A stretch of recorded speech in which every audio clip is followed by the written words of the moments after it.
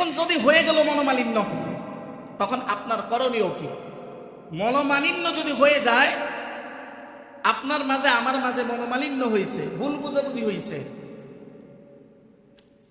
তখন আরেকজন মুমিন, আমার মাঝে ওনার মাঝে মনোমালিন্য হয়েছে, এখন ইনি একজন মুমিন, ওনার উপরে দায়িত্ব হবে যেন উনি আমাদের মাঝে এই মনোমালিন্য দূরীকরণের চেষ্টা করে, কাজ করে।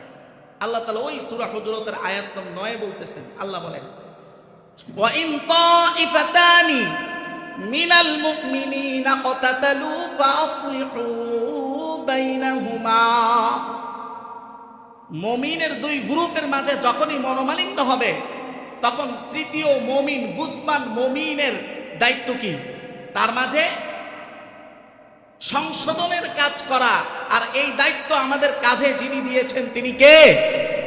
আল্লাহ। এখন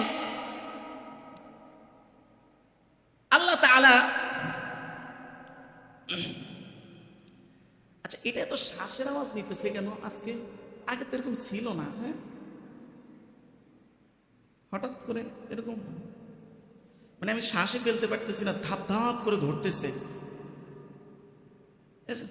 দেখছেন, আমি নাক দিয়ে শ্বাসটা ফেললেই এটা এরকম হচ্ছে। হ্যাঁ, ও এই যে এটা নাই, এটা নাই, এই জন্য আপনি সঠিক ধরছেন। আমি তো এলেই বলতেছি যে এতদিন তো এটা করে নাই। আচ্ছা যাক, যতটুকু কষ্ট। আচ্ছা, মনোমালিন্য হওয়া এইটা হলো মুমিনের একটা অজ্ঞতার রূপ না জ্ঞানের রূপ? সবাই একটু উত্তর দেন। মনোমালিন্য হওয়া এটা অজ্ঞতার পরিচয় না জ্ঞানের পরিচয়? অজ্ঞতার পরিচয়। কিন্তু মুমিনের আসল জ্ঞানের রূপ কোনটা?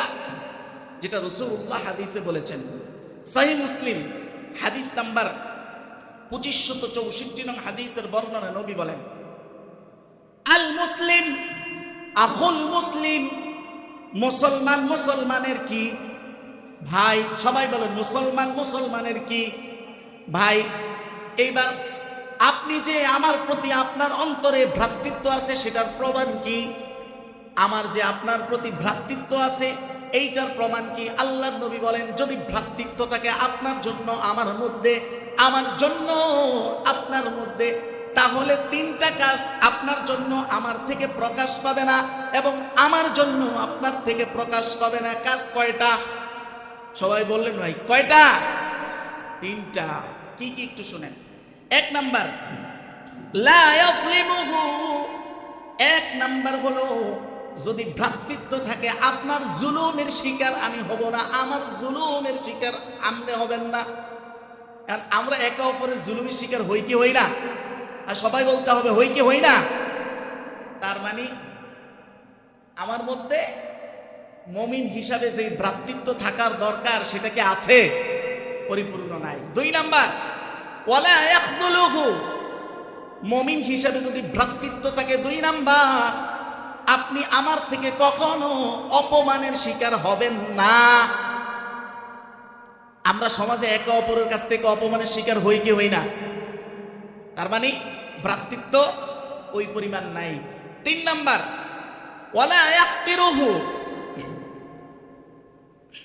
মুমিন কখনো, এক মুমিন আরেক মুমিনকে কখনো তাচ্ছিল্য করতে পারে?